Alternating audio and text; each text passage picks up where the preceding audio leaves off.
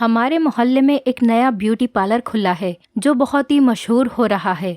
उस पार्लर से जो भी लड़की तैयार होकर आती है उसकी 2 महीने के अंदर शादी हो जाती है। उस लड़की के आते ही मेरे पार्लर पर भीड़ कम होने लगी, पहले के मुताबिक ना के बराबर होती है। मैं सोच में पड़ गई कि उसके मेकअप में ऐसी कौन सी बात है। फिर एक दिन मैं पुराने कपड़े पहनकर और दुपट्टा ओढ़कर उस पार्लर में चली गई। मैं हैरान हो गई जब उस पार्लर वाले ने मुझसे कहा कि तुम पहले अंदर वाले कमरे में जाओ। जैसे ही मैं उस कमरे के अंदर गई तो मैं उसके अंदर का नज़ारा देखकर चौंक गई। उस कमरे के अंदर मेरा नाम नगमा है और मैं बहुत गरीब परिवार से हूँ। मेरी 4 बहनें हैं, इसीलिए घर का खर्चा बहुत मुश्किल से होता है। इसीलिए मैंने अपनी पढ़ाई भी पूरी नहीं की। घर में परेशानी होने की वजह से मुझे भी घर से बाहर निकलना पड़ता है ताकि मैं भी बाहर जाकर कोई नौकरी कर सकूं और अपने घर का खर्चा उठा सकूं। मैं घर में सबसे बड़ी हूं। मुझ कम पढ़ी लिखी लड़की को नौकरी कोई देता नहीं। अगर कोई मुझे नौकरी देता भी तो वो लड़की समझकर देता है और मैं किसी से भी फिजूल में मदद नहीं लेती हूँ। मैं बहुत खुददार लड़की हूँ और इज्जतदार लड़की हूँ। अभी तक इसीलिए धक्के ही खा रही हूँ। जैसे तैसे करके मुझे एक बैंक में नौकरी मिली जिसकी 10,000 महीने की सैलरी है। मैंने पूरे महीने मेहनत और लगन से काम किया। जब सैलरी लेने की बारी आई तो बैंक के मैनेजर ने कहा, हम 2 महीने की सैलरी नहीं देंगे, तुमसे अभी तक ठीक से काम नहीं आता, पहले ठीक से काम करना सीखो। मैंने वो नौकरी भी छोड़ दी। ऐसी नौकरी से क्या फ़ायदा जो मेहनत करके भी टाइम पर सैलरी न दे सके। ऐसा लगता है जैसे मेरी किस्मत मेरा साथ ही नहीं दे रही। मैं कोई भी काम करती हूँ तो वो काम हमेशा उल्टा ही होता है। मेरी माँ मुझे सब्र करने को कहती और तसल्ली देती, बेटा एक दिन सब कुछ ठीक हो जाएगा। मगर मैं बहुत थक चुकी थी। एक दिन मुझे एक कॉलेज से फ़ोन आया कि तुम कल अपना इंटरव्यू देने आ जाओ। मैं बहुत खुश हुई। फिर मैं अगले दिन ऑटो रिक्शा में बैठकर अपने इंटरव्यू के लिए जा रही थी तो रास्ते में ऑटो रिक्शा खराब हो गया। ऑटो रिक्शा को ठीक होने में बहुत टाइम लगा और मैं इंटरव्यू देने लेट पहुंची। जैसे ही मैं प्रिंसिपल सर के ऑफिस में गई तो वो बहुत गुस्से में थे। उन्होंने मुझसे कहा कि हम तुम्हें ये नौकरी देना चाहते थे पर तुम बहुत देर से आई हो, तुम बहुत लापरवाह लड़की हो और हम ऐसी लापरवाह लड़कियों को ये नौकरी नहीं दे सकते। मैं रोती हुई प्रिंसिपल के ऑफिस से निकलकर बाहर रोड पर बैठकर रो रही थी क्योंकि मुझे उस नौकरी की बहुत सख्त ज़रूरत थी। तभी वहाँ पर एक फ़कीर आया। उसने मुझसे भीख मांगी। मेरे पास जितने पैसे थे मैंने उस फ़कीर को दे दिए। उस बाबा ने मुझसे पूछा, बेटा तुम यहाँ बैठकर क्यों रो रही हो? तब मैंने उस फ़कीर बाबा को सारी बात बताई कि आज मुझे इस कंपनी में नौकरी नहीं मिली, मैं अब बहुत निराश हो गई हूँ। फिर उन्होंने मुझे दुआ दी कि तुम्हारी शादी इस कॉलेज के प्रिंसिपल से हो जाए। बाबा की ये बात सुनकर मैं हंसने लगी कि ऐसे कैसे हो सकता है। उस प्रिंसिपल में और मुझ में तो ज़मीन आसमान का फ़र्क है। मेरे पास पैसे नहीं हैं। जो पैसे थे वो मैंने फ़कीर बाबा को दे दिए, इसलिए मुझे पैदल ही अपने घर को जाना पड़ रहा है। वैसे ये भी मेरे लिए अच्छा ही हुआ क्योंकि रास्ते में एक पार्लर की दुकान के ऊपर बोर्ड लगा हुआ था जिस पर लिखा था कि यहाँ पर काम करने के लिए लड़कियों की ज़रूरत है और मैं उस ब्यूटी पार्लर के अंदर चली गई। मुझे उस ब्यूटी पार्लर में सामान पकड़ने और सफाई करने का काम मिल गया। पार्लर नया नया खुला था। मैं पार्लर पर जाने लगी और काम भी करती और सीखती भी रहती। मैंने सोचा पार्लर का काम सीखकर अपने यहाँ पर पार्लर खोल दूंगी। पार्लर वाली बहुत अच्छी थी, मुझे काम भी सिखाती और पैसे भी देती। मेरे हाथ में बहुत सफाई थी। अधिकतर लोग मुझसे ही काम कराते थे जिसकी वजह से पार्लर में बहुत काम आने लगा। पार्लर के बाहर वो फ़कीर रोज़ वहाँ पर आता जिसको मैंने पैसे दिए थे। वो फ़कीर रोज़ मेरे पार्लर से निकलने से पहले ही वहाँ आकर खड़ा हो जाता और मैं रोज़ उसको पैसे देती और वो मुझे वही दुआ देता जो उसने मुझे पहले दी थी। मैं उसकी इस दुआ पर हंसने लगती। फिर एक दिन मैंने उस फ़कीर से कहा, बाबा मैंने तो उस प्रिंसिपल को कभी देखा भी नहीं और ना ही उसने मुझे कभी देखा, फिर भला ये दुआ कैसे पूरी हो सकती है? आप मुझे कुछ और दुआ दिया करें। फ़कीर कहने लगा कि ये दुआ ज़रूर पूरी होगी। अगर तेरी शादी उससे ना हुई तो तेरी शादी किसी बड़े आदमी से होगी और ऊंचे परिवार में ज़रूर होगी। मुझे लगता था कि वो मुझे ये दुआ इसीलिए देता है क्योंकि मैं खुश होकर उसे पैसे दिया करूं, इसीलिए मैं उसकी बातों पर ज़्यादा ध्यान नहीं देती थी। मैंने 6 महीने दिल लगाकर पार्लर का काम सीख लिया और कुछ पैसे इकट्ठा करके सामान ले आई। जब सारा सामान आ गया तो मैंने भी अपने घर में एक नया ब्यूटी पार्लर खोल लिया। मोहल्ले की सारी लड़कियां और औरतें मेरे पार्लर पर आने लगी। मैं उनसे बहुत कम पैसे लेती थी। धीरे धीरे मेरा पार्लर खूब चलने लगा और मेरे घर का खर्चा खूब अच्छा चलने लगा। मैं सबको बहुत अच्छे से तैयार करती थी, इसीलिए मेरे पार्लर पर बहुत भीड़ रहने लगी। मेरे घर के हालात बदलने लगे और हम बहुत खुश रहने लगे। मैं सोच रही थी कि अब मैं शहर में अपना नया पार्लर खोलूंगी और अपने पैसे भी बढ़ाऊंगी, पर शायद मेरी खुशियों को किसी की नज़र लग गई। कुछ ऐसा हुआ जिसके बारे में मैंने सोचा भी नहीं था। हमारे मोहल्ले में एक नई किराएदार आई थी, जिन्होंने आते ही एक नया ब्यूटी पार्लर खोल लिया। मुझे लगता था कि मेरे काम पर इसका कोई असर नहीं पड़ेगा। मुझे अपने पुराने कस्टमर पर पूरा यकीन था कि वो अपना काम मुझसे ही करवाएंगे। शुरू में तो वो पार्लर कम चला, पर धीरे धीरे पार्लर बहुत मशहूर होने लगा। उसके बारे में ये खबर तेजी से फैलने लगी कि जो भी लड़की इस पार्लर से तैयार होकर आती थी उसकी शादी 2 महीने के अंदर ही हो जाती थी। देखते ही देखते ये खबर पूरे मोहल्ले में फैल गई। मेरे सारे कस्टमर अब उस पार्लर पर जाने लगे और मेरे पार्लर पर अब पहले के मुताबिक बहुत कम लोग आते और उसके पार्लर पर बहुत भीड़ होने लगी। ये मेरे लिए बहुत परेशानी वाली बात थी कि ऐसा कैसे हो सकता है। वो लड़की अपने पार्लर को चलाने के लिए ज़रूर झूठ बोल रही होगी। मुझे उसकी इन बातों पर बिल्कुल भी यकीन नहीं आ रहा है कि वो लड़की को तैयार करेगी और 2 महीने के अंदर उसकी शादी हो जाएगी।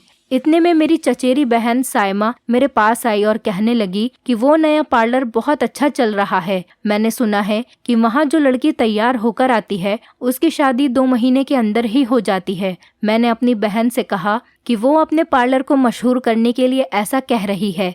मुझे उसकी बात पर तो बिल्कुल यकीन नहीं है। साइमा ने कहा, सच में ऐसा ही हो रहा है। तुमने उसके बारे में जो भी सुना है वो बिल्कुल सच है।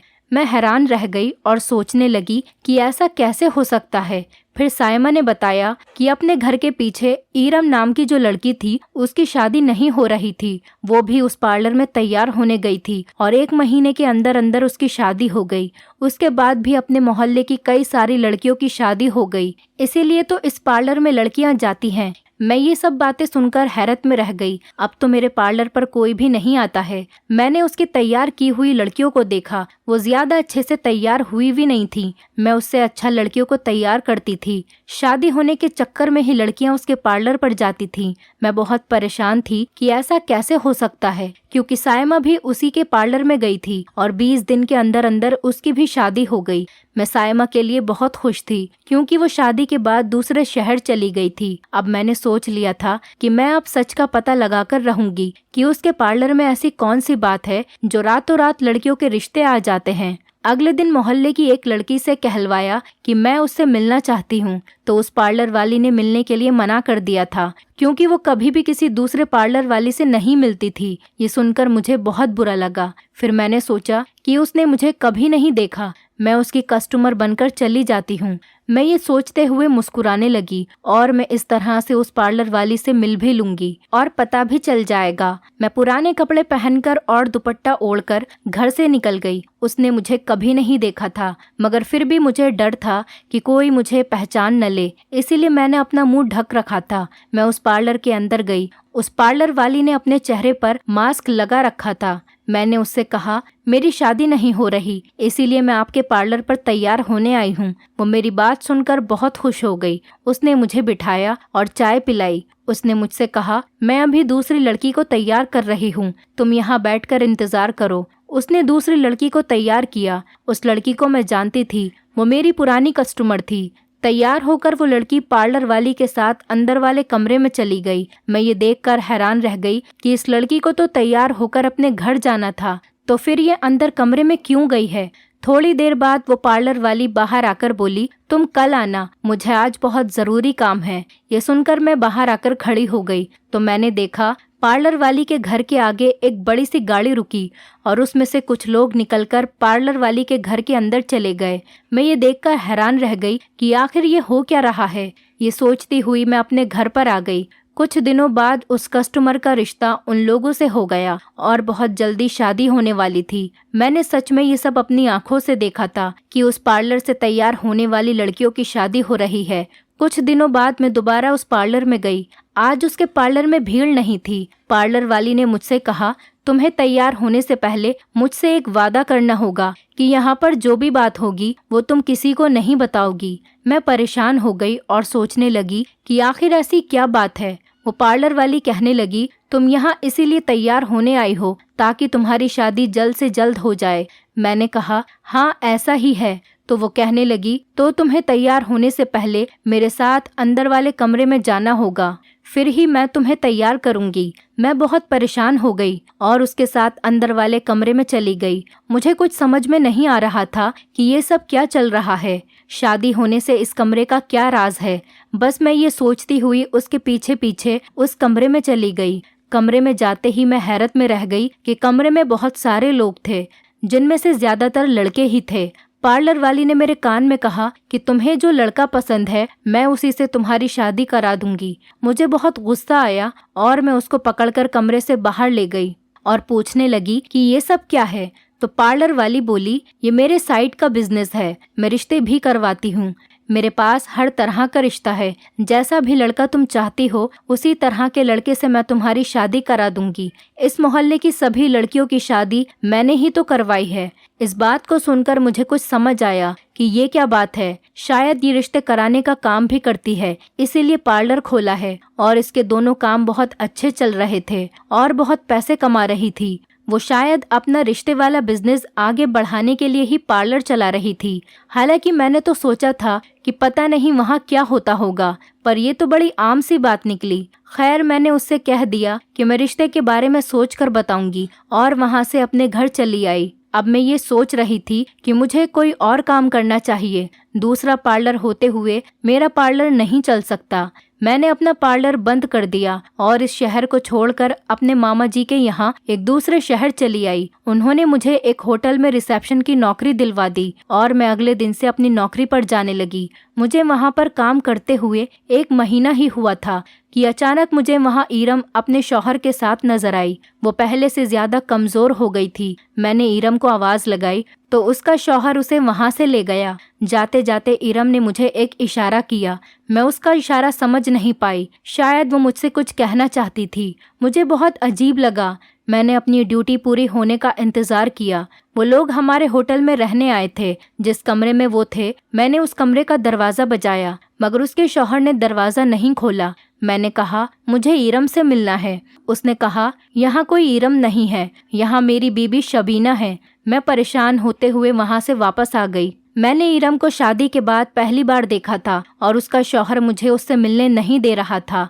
रात को जब वेटर उस रूम में खाना देने गया तो उसने मुझे एक लेटर लाकर दिया। मैंने उस लेटर को पढ़ा तो उसमें लिखा था कि नाजिया, मेरी मदद करो, मैं बहुत परेशान हूँ। उस पार्लर वाली ने मेरे साथ धोखा किया है। तुम वहाँ जाकर उस पार्लर का राज सबको बताओ ताकि और लड़कियों की जिंदगी बर्बाद होने से बच जाए।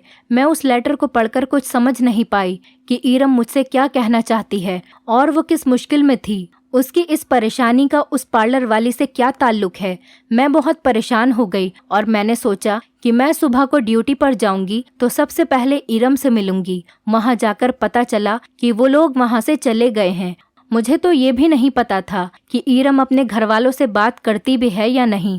मैंने ईरम के माँ बाप से बात करके पूछा, क्या ईरम से आपकी बात होती है? तो उन्होंने कहा, हाँ 2-3 दिन में बात हो जाती है। वो अपने शौहर के साथ बहुत खुश है। मैंने इस पार्लर वाली के बारे में पूछा तो वो कहने लगी, उसका काम तो वैसा ही चल रहा है, आज भी उसके पार्लर में भीड़ रहती है। मुझे कुछ समझ नहीं आ रहा था, मैं क्या करूँ। बाहर से तो सब ठीक लग रहा था, लेकिन कुछ तो गड़बड़ थी। एक तरफ मेरी नौकरी थी और दूसरी तरफ बहुत सारी लड़कियों की जिंदगियों का सवाल था। आखिर इतनी मुश्किल से तो मुझे नौकरी मिली थी। अगर मैं घर वापस जाती तो मेरी नौकरी चली जाती और मेरे लिए अपना घर चलाना भी बहुत मुश्किल हो जाता। लेकिन मुझे पार्लर वाली के राज का भी तो पता करना था। मुझे तो कुछ समझ में नहीं आ रहा था। आखिर मैंने फैसला लिया और मैं नौकरी छोड़कर अपने घर आ गई। वहाँ सब कुछ वैसा ही था, उसके पार्लर पर वैसी ही भीड़ थी। अगले दिन मैं उस पार्लर वाली के पास गई और उससे कहा कि मेरी शादी करवा दो। पार्लर वाली बहुत खुश हुई कि कोई कस्टमर आया है। फिर वो मुझे अंदर वाले कमरे में ले गई और कहा, जो लड़का तुम्हें पसंद है मुझे बता दो, मैं उसी से तुम्हारी शादी करवा दूंगी। मैंने वहाँ एक लड़के को पसंद किया और वापस घर आ गई और अगले ही दिन उस लड़के के माँ बाप को पार्लर वाली हमारे घर लेकर आ गई। मैंने अपनी अम्मी अब्बू को पहले ही सारी बात समझा दी थी, इसीलिए उन्होंने शादी के लिए 1 महीने को कहा, लेकिन लड़के वाले चाहते थे कि शादी 8 दिन के अंदर अंदर हो जाए। शादी का सारा खर्चा भी वो उठाने के लिए तैयार थे और दहेज की भी कोई डिमांड नहीं थी। पार्लर वाली ने कहा कि ऐसा अच्छा लड़का कहाँ मिलता है जो दहेज भी नहीं ले रहा और शादी में कुछ भी खर्च नहीं करवा रहा। पर मुझे तो टाइम चाहिए था ताकि मैं सब कुछ पता कर सकूं। सबसे पहले मैंने उन लड़कियों का पता करवाया था जिन लड़कियों की शादी उस पार्लर से हुई थी, क्योंकि मैं उनके घर वालों से मिलना चाहती थी। सबसे ज्यादा शादियां हमारे मोहल्ले की ही लड़कियों की हुई थी और हैरान करने वाली बात तो ये थी कि वो लड़कियां शादी के बाद एक बार भी अपने घर पर नहीं आई थीं। फोन वो 1-2 दिन में करती रहती थी। यही बात मुझे सता रही थी और मैंने सारी बात पता करने की ठान ली। मैंने उस पार्लर वाली से दोस्ती करना शुरू कर दिया। मैंने उससे कहा, मैं तुम्हारे पार्लर पर फ्री में काम करूंगी, तो वो बहुत खुश हुई।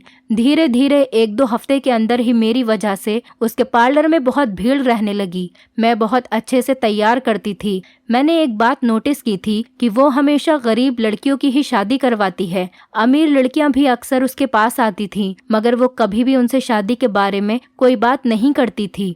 एक दिन एक लड़की को वो पार्लर वाली अंदर वाले कमरे में ले गई। मैं भी पार्लर में थी, पर मुझे उस कमरे में जाने की इजाजत नहीं थी। फिर भी मैं चुपके चुपके उनके पीछे चली गई। मैंने अंदर देखा तो मेरे पैरों के नीचे से जमीन खिसक गई। अंदर तो वही लड़के बैठे हुए थे। अक्सर लड़कियों को वही लड़के दिखाती थी। उसमें वहाँ वो लड़का भी बैठा था जिससे मेरा रिश्ता पक्का हुआ था। जैसे ही वो लड़की उस कमरे से बाहर आई तो वो सारे लड़के दूसरे कमरे में चले गए। अब तो ये मसला और भी ज्यादा गहरा होता जा रहा था। उन लड़कों को देखकर ऐसा लगा कि जैसे वो वहीं रहते हों। बहुत मुश्किलों के बाद मुझे बस इतना ही पता चला कि वो पार्लर वाली धोखेबाज है। जिन लड़कों से लड़कियों की शादी करवाती है वो लड़के फ्रॉड हैं। लेकिन सवाल ये था कि अगर वो लड़के यहीं रहते हैं तो फिर वो सारी लड़कियां आखिर किसके साथ दूसरे शहरों में रहती थीं। और फिर मैंने ये सोचा कि अब मैं इस राज का पता तब ही लगा सकती थी जब मैं खुद शादी करती। मैंने पार्लर वाली से कहा कि मेरी शादी की तारीख पक्की करा दो। शादी होने के बाद मुझे अपने शौहर के साथ बड़े शहर जाना था। मैंने अपने पास एक छोटा वाला मोबाइल और एक कैमरा छुपाकर रख लिया था। शादी के बाद वो मुझे भी दूसरे शहर ही ले गया। मुझे जो फ़ोन मेरे माँ बाप ने दिया था वो फ़ोन उसने मुझसे छीन लिया और मुझसे कहा कि मैं तुम्हारी बात तुम्हारे माँ बाप से अपने सामने करवा लूँगा। इस घर से तुम बाहर नहीं जा सकती। मेरा शक यकीन में बदल गया और अब मुझे ये पता करना था कि ये लड़कियों के साथ क्या करते हैं। वो अपने सामने मेरे घर वालों से बात करवाता और मुझसे कहलवाता कि तुम मेरे साथ बहुत खुश हो और सब ठीक है, और मैं ऐसा ही करती। वो दूसरे कमरे में सोता था और जब भी उसको कोई फ़ोन आता तो वो बाहर जाकर बात करता था। एक दिन मेरा शौहर बाहर गया तो मैंने उसके कमरे में छुपाकर कैमरा लगा दिया। फिर एक दिन पार्लर वाली आई और मुझसे कहने लगी, तेरा शौहर तुझसे परेशान है, इसलिए तुझे डिवोर्स देना चाहता है और मैं तेरे लिए दूसरा रिश्ता लेकर आई हूँ। इसके बाद जब पार्लर वाली और वो लोग दूसरे कमरे में बात कर रहे थे तब मैंने छुपकर उनकी सारी बातें सुन ली, जिससे मुझे उनका सारा प्लान पता चल गया और मैं समझ गई कि आखिर ये चक्कर क्या है। दरअसल वो पार्लर वाली लड़की गरीब लड़कियों की शादी अपने ग्रुप के साथियों से करवाती थी जो दूसरे शहर में जाकर लड़कियों को तलाक देते थे और उन्हें अमीर और अय्याश लोगों को बेच दिया करते थे। उस लड़की ने अपना पार्लर भी हमारे छोटे से मोहल्ले में इसी वजह से खोला था ताकि गरीब लड़कियों को अपना शिकार बना सके, क्योंकि उससे पहले भी वो किसी और मोहल्ले में ये सब कुछ कर चुकी थी और अब वो हमारे मोहल्ले से निकलकर जाने वाली थी। उसके ग्रुप में 12 लड़के थे और वो उन्हीं 12 लड़कों से बार बार लड़कियों की शादी करवाती थी। दूसरे शहर में जाकर बिकने वाली लड़कियों पर अपने घर वालों की गरीबी का दबाव होता और उन्हें ये भी पता होता था कि अब तलाक के बाद हमारा रिश्ता होना बहुत मुश्किल होगा। उन्हें इस गंदे काम को करने के अच्छे खासे पैसे मिलते थे जिनको वो महीने के महीने अपने घर वालों को भेज दिया करती थीं और अपना मुंह बंद करके उन लोगों से यही कहती थीं कि वो तो अपने शौहरों के साथ बहुत खुश हैं। उनके गरीब परिवारों को पैसे मिलते थे और उनको अपनी बेटी की तरफ से तसल्ली भरे अल्फाज मिलते थे, जिस वजह से उन्हें यही लगता था कि हमारी बेटी बहुत खुश है और हमारा दामाद भी हमें बहुत समझता है और उन्हें ये पता ही नहीं चल पाया कि उनकी बेटियां किस दलदल में जा फंसी हैं और हर रात वो किस तरह की दरिंदगी को बर्दाश्त करती हैं। मैं तो ये सब सुनकर हैरान रह गई और उसी वक्त मैंने अपने दिमाग को झटका दिया और मौके की नज़ाकत को समझते हुए मैं भागकर अपने कमरे में गई जहां मैंने अपना वो मोबाइल छुपाकर रखा था। मैंने उस मोबाइल से फ़ोन करके तुरंत पुलिस को बुला लिया। पुलिस ने उस जगह पर आकर छापा मारा और उन दोनों को गिरफ्तार कर लिया। उनके कमरे में लगे हुए कैमरे की वजह से उनकी सारी बातें उसमें रिकॉर्ड हो गई थी, जो कि पुलिस के पास एक पुख्ता सबूत था। उसके अलावा भी मैंने बहुत सारे सबूत इकट्ठे किए थे। वो सारे सबूत भी मैंने लाकर पुलिस को थमा दिए। पुलिस ने मेरे शहर में फ़ोन करके उस लड़की के पार्लर पर छापा मारकर उनके बाकी साथियों को भी गिरफ्तार कर लिया और उस लड़की से उन सारी लड़कियों का पता भी लिया जो अब तक इस दलदल में धंस चुकी थीं। पुलिस की कार्यवाही के बाद वो सारी लड़कियां रिहा हो गईं और पुलिस ने अपनी निगरानी में उन सारी लड़कियों को उनके घर पर पहुंचाया। इरम भी वापस आ गई थी। उसने मेरे गले लगकर मेरा बहुत शुक्रिया किया क्योंकि मेरी वजह से वो गैंग पकड़ा गया था और सारी लड़कियों की जान उस दरिंदगी से बच गई थी। इरम ने बताया कि मेरा शौहर उस दिन मुझे उस होटल में किसी को बेचने गया था, लेकिन तुम्हारे मुझे पहचानने की वजह से उसका प्लान फ्लॉप हो गया और वो उस दिन मुझे बेच नहीं पाया और उसके बाद से शायद अभी तक वो आदमी जो मुझे खरीदना चाहता था वो हमारे शहर की तरफ नहीं आ सका, जिस वजह से मैं इस दलदल में फंसने से अभी तक बची हुई थी। ये सारा मामला बहुत बड़े फ्रॉड का था, इसीलिए ये सब कुछ अखबारों में भी आया और मेरी बहादुरी के किस्से भी उनमें छपे। इन सब की वजह से मैं बहुत मशहूर हो गई थी। मेरे कई सारे इंटरव्यूज टीवी चैनल्स ने भी करे। मेरे चर्चे चारों तरफ हो गए। मेरी ईमानदारी और बहादुरी को देखते हुए बहुत सारी जगहों से मुझे नौकरियों के ऑफर आने लगे। उन्हीं में से एक अच्छी कंपनी को देखकर मैंने वहां नौकरी कर ली।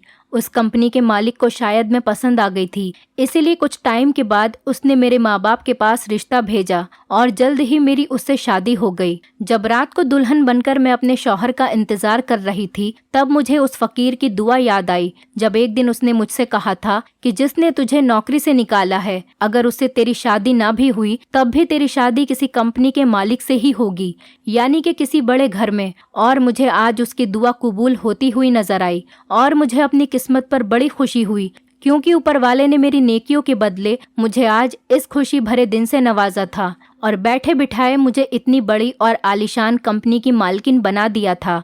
दोस्तों, उम्मीद करती हूँ आपको हमारी कहानी पसंद आई होगी। कहानी पसंद आई है तो वीडियो को लाइक करें, चैनल पर नए हैं तो चैनल को सब्सक्राइब करें और हाँ, नोटिफिकेशन बेल को जरूर दबाएं ताकि अगली अपडेट सबसे पहले आपको मिले।